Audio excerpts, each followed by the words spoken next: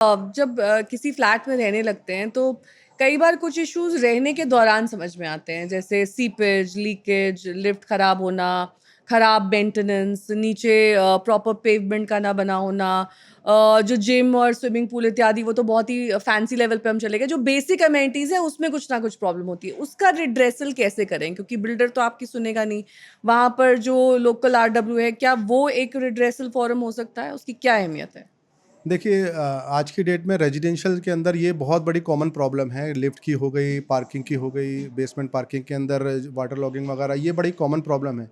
तो इसके लिए हम लोगों को बोलते हैं कि अगर आप फर्स्ट टाइमर हैं तो आप रेडी टू मूव प्रॉपर्टी के अंदर जाएं। हम्म। उसके अंदर कम से कम आप ये चीज़ें देख तो सकते हैं, आप कस्टमर से बात कर सकते हैं जो ऑलरेडी लोग रह रहे हैं। तो ये चीज़ें आप फेस टू फेस आप जैसे जैसे आप लोगों से मिलेंगे तो आपको पता चलेगी। क्योंकि हाई रेज अपार्टमेंट के अंदर सबसे बड़ी दिक्कत ये है कि जैसे जैसे इसकी एज निकलती है, ये सब प्रॉब्लम आपको धीरे धीरे आप फेस करेंगे। डिटोरिएट हाँ, होने लगता और जैसे-जैसे आप चीज़ें फ़ेस करेंगे तो आपको रियलाइज़ होगा कि हमने हाई रेज़ अपार्टमेंट्स के अंदर ये चीज़ें लेके बड़ी दिक्कत जब फ़ेस करें तब आपको रियलाइज़ होगा कि हमने ऐसे अपार्टमेंट में क्यों प्रॉपर्टी ली है।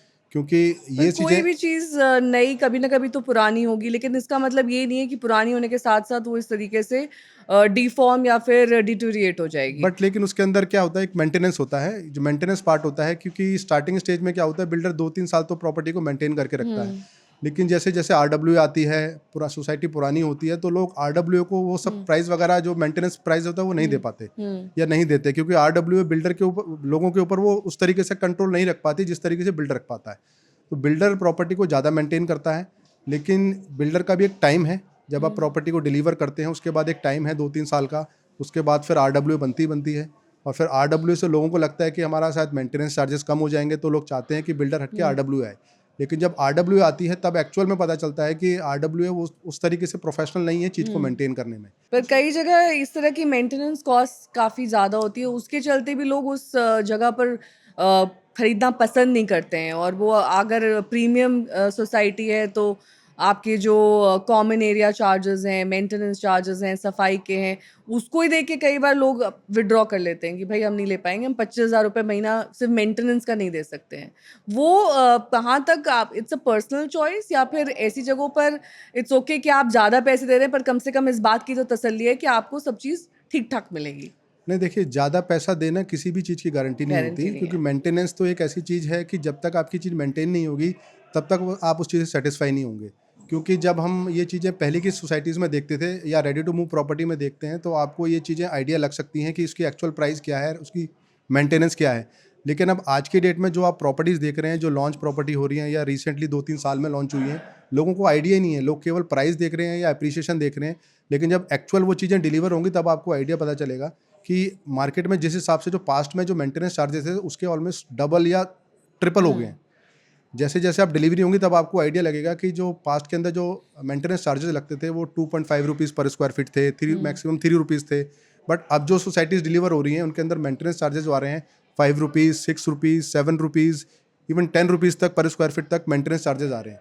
मतलब एक आपकी ईएमआई एक तरफ है और मेंटेनेंस चार्जेस एक अलग तरफ है। है। तो उसके अंदर भी कोई ऐसा नहीं है कि गारंटी है। क्योंकि ये मेंटेनेंस चार्जेस है, एक तरह से एक बिल्डर का एक तरह से रेवेन्यू ही है। स्टार्टिंग में पहले बिल्डर कमाता है और बाद में आरडब्ल्यू कमाती है। आरडब्ल्यू भी ऐसा नहीं है कि लोगों के हित के बारे में बात करती है। अगर कोई अच्छी आरडब्ल्यू है तो एक अलग बात है, हुँ। अदरवाइज 90% लोग जो स्पेस बिल्डर के साथ करते हैं सेम चीज़ आरडब्ल्यू के साथ करते हैं।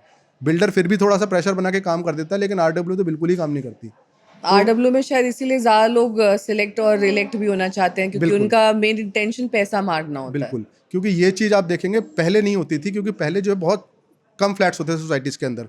हार्डली पहले 100 फ्लैट, 200 फ्लैट्स होते थे। बट रीसेंट टाइम्स में जैसे हम देखते हैं कि आज की डेट में जो अपार्टमेंट्स की जो सोसाइटीज़ हो रही हैं, ऑलमोस्ट 2000 फ्लैट्स, 3000 फ्लैट, तो इतनी बड़ी-बड़ी सोसाइटीज़ हो रही हैं, तो उसके अंदर पैसा बहुत बड़ा इन्वॉल्व है। हुँ। ऑलमोस्ट आप मान के चलिए एक-एक सोसाइटी से मंथली 1-1 करोड़ रुपए का मेंटेनेंस आता है। तो जितना बड़ा पैसा इन्वॉल्व होगा, तो उसके अंदर आप देखेंगे चीटिंग और इस तरीके की चीज़ें आप देखते रहेंगे। चाहे फिर वो ऐसा नहीं है वो बिल्डर ही हो, वो फिर आरडब्ल्यू भी हो। तो ये चीज़ें हमें तभी हम कहते हैं कि आप रेडी टू मूव में देखेंगे तो आप इन चीज़ों को क्लियरली देख पाएँगे। हुँ। बट वो चीज़ अगर आप अंडर कंस्ट्रक्शन में देखेंगे तो आप पैसा भी ज़्यादा पे करेंगे और वो चीज़ आप ले भी नहीं पाएँगे। बट अंडर कंस्ट्रक्शन में थोड़ा-सा एक बेनिफिट ये है कि आप महँगे अपार्टमेंट ले रहे हैं तो उसके अंदर थोड़ा कंस्ट्रक्शन क्वालिटी थोड़ा-सा इम्प्रूवमेंट है। उसके अंदर माइवन कंस्ट्रक्शन आ रही है। पहले के जो फ्लैट्स आप देखते थे वो ब्रिक कंस्ट्रक्शन में होते थे।